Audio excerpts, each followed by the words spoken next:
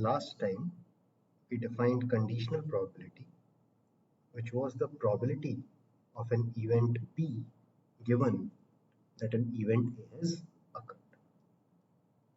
We defined the formula probability of B given A is equal to probability of B intersection A divided by probability of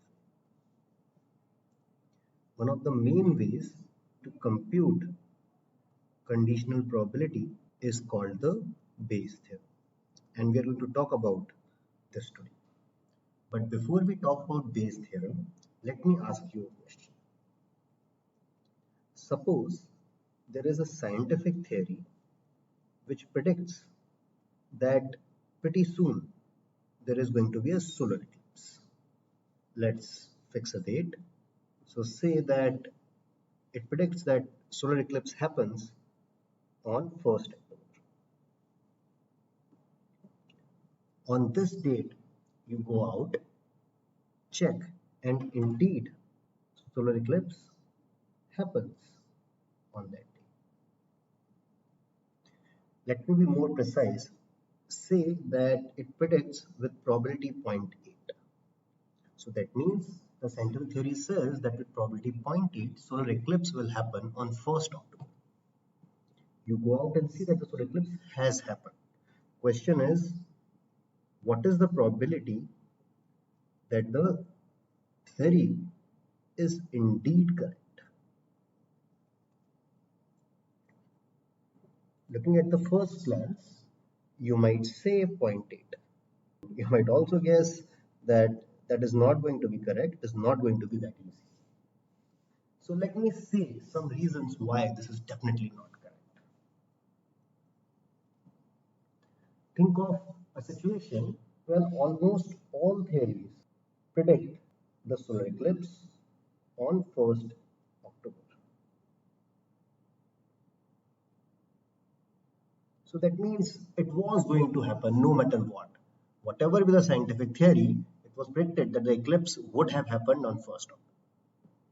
In that case, I can't take this as a very serious evidence. That means eclipse should not imply with high probability that the theory is correct. So in some sense, the Bayes probability of the eclipse happening on 1st October should also be important. Bayes probability of eclipse is pretty important. In other words, if the Bayes probability was 1, then it doesn't say anything about the theory. Other factor could be that probability of eclipse given theory is true. On the other hand, probability of eclipse given theory is not true. These two ratios should be pretty important. In other words, if the theory was not true, what would have been your probability? If this was given, then we should be able to estimate this probability. So the 0.8 guess definitely is not correct. It should depend on many other factors. What would we do? We'll fall back to the basics. In this case, remember, what is the question asked? Say A is the event that eclipse happens on such and such date. B is the event that the theory is correct. It is given that probability of A given B is 0.8. But what we are asked is probability of B given A. This is the question which we have to solve. Remember, the question is given probability of A given B, how to calculate P of B given A. And this is essentially Bayes theorem. So let us derive it. Probability of B given A by our formula is probability of B intersection A divided by P of A. Now we notice that probability of B intersection A can be written in these terms. Using the similar formula, again, I can write it. And this is what we know as Bayes' theorem. Actually, most of the time it is utilized by actually dividing this into events B and B complement. What do I mean? Notice that I will just check the denominator. You remember the partition formula. Event A can be divided into two parts, or my whole sample space can be divided into two disjoint parts, B and B complement. So either A happens because B has happened, or A happens because B complement has happened. This is in some sense the working version of Bayes' theorem. This is what we use most of the time.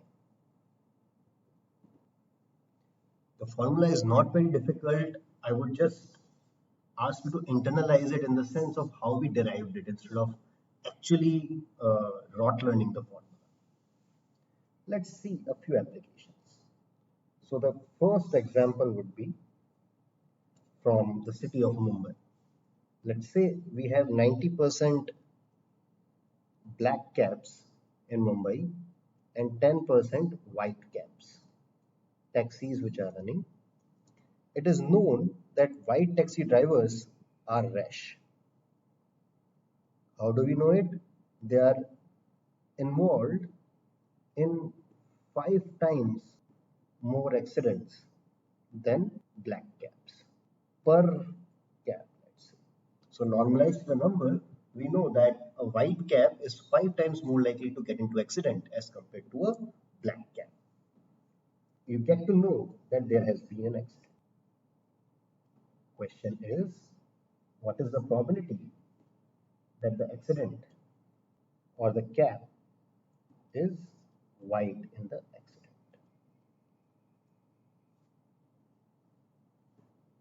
Again, we will define our events and then it will be not very difficult to calculate the probability. Let's say CW is the event that car is white, CB is the event that car is black, and AB the event that accident happens. In this case, we want the probability that the car is white given that the accident has happened. Applying Bayes' theorem, this is probability that accident happened for a white car multiplied by white car, and then applying partition formula for the denominator of the Bayes theorem. In other words, to calculate probability of A, we just apply the partition formula. So we don't have all the quantities, but actually we have all the possible ratios. For example, we know that 9 out of the 10 cabs are black. Similarly, we know that probability of A given CW is 5 times probability of A given CB. That means a white cab is 5 times more likely to be involved in an accident. So that means you can say 5, 5 and 1. So this gives me 5 upon 5 plus 1 into 9, that is 5 by 14. So you see that even though a white car was much more probable to get into accident, still since the number of white cars is pretty low, this implies that the probability that car in accident is white is small. This keeps telling you that the base rate is very, very important. In this case, the base rate is the probability of the car being white or car being. Many a times we forget this one. So this is one of the applications. Let's take one more. And this will come from something very pertinent to computer science and the hot topic, machine learning. Let's say you want to detect spam, so you want to create a spam detector for a particular person. Noticing the data for that particular person, you have observed few trends. So what are the trends? One, a non-spam mail has word money in it only 5% of the time. Second thing, spam email has money almost 50% of time. Makes sense. Third, that person has a good friend who uses money 40% of the time. In 40% of his emails, there's a word money. He is obsessed by money. Now, question would be that given an email has word money, what is the probability that it is spam?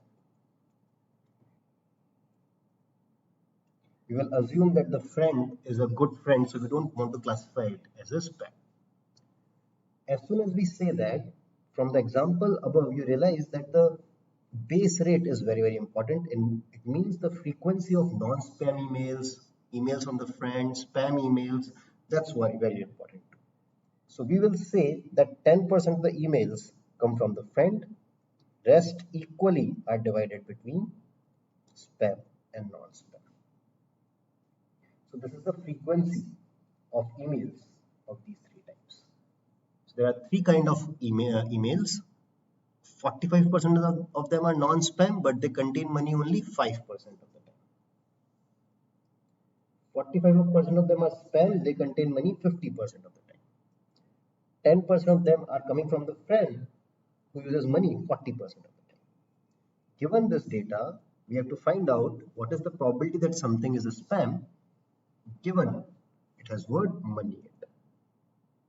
Let's define the events. S is the event that it is spam. N is the event that is non-spam. F is the event, it's a mail from a friend. So these are the only three possibilities. I want to club friend and non-spam together, but since the word money is used differently, so we will keep them as two different kind of email. So these are the three possible things. Either it comes from friends, it's a non-spam, or a spam. We want to find whether the word money occurs in it or not. Actually, we want to find the opposite. Given that money word has occurred in it, what is the probability that it is spam? We can apply Bayes' theorem again. It becomes probability of money given spam multiplied by probability of spam. And now the probability of money, P of M, can be divided into three parts. One is when it is coming from spam. One is when it is coming from non-spam. And the last one when it is coming from friend. You know all the relative frequencies, so exercise is to calculate this value. It's not a hard exercise, you just have to take the required ratios and you can figure out this. Let's talk about one more problem which we actually discussed in the introduction. This relates to the medical field and something which creates a lot of error even among experts and professionals in medical field. So let's say there is a test for cancer which is pretty accurate to 0.9 probability or same as 90%. So what does it mean? That if a person has cancer, this event is pretty rare. We will say that only 0.1% people have cancer. Even then, it reports 90% of the time that person has cancer. So 90% of the time it is correct on patients. On non-cancer people, I should say that the person does not have cancer. In this case, 90% of the time, it says no. That means person does not have cancer. So in both the cases, when the person has cancer or person does not have the cancer, test is accurate with 90%.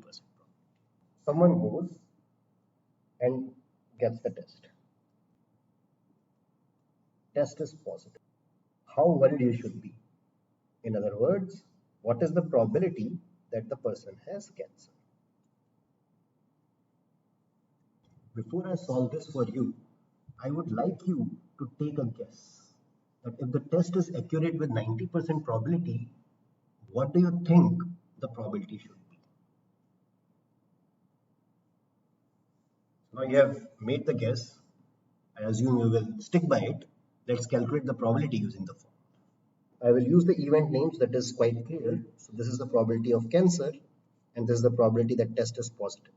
So this is what we want to compute by Bayes theorem. This is the numerator and denominator will be the similar two terms. This is when the test is positive and this is when the test is negative. And applying these probabilities, we can calculate these just now. In this case, I have created a demo to show how these probabilities go down. Let us think of the case when the test is accurate with 0.9 per probability. So probability of test being correct on cancer patients, it's 0.9. The next thing is probability of test being incorrect on non-cancer individuals. So that is only 0.1. And just to explain this graph, you should see that this is the fraction of people who have cancer. So at this point, 1 out of 2 to the power 5 people have cancer. So 1 out of 32 people have cancer. X-axis here 10, that means 1 out of around 1000 people have cancer. So when we said that only 0.1% people have cancer, that means this is where I want to look, and the probability is very, very close to 0.1. So you see that the test actually does not tell you anything. Even if it is positive, it is only telling you that the person might have cancer with probability 0.1. So the test has to be much, much more accurate if you believe that 1 out of 1000 people have cancer. Let's see how much. Let's make the test to be very, very accurate. It is 99% correct. Again, remember, this is the probability of test being incorrect on non-cancer individuals. So I will keep it 0.01. That means it is correct on non-cancer individuals with 99% probability. And you still see that at this point, when 1 out of 1000 people have cancer, still the person will have cancer is very, very low. It's just 0.15 or 0.12 or something. Even though the test was accurate 99% of the time. Let me make the test much more accurate.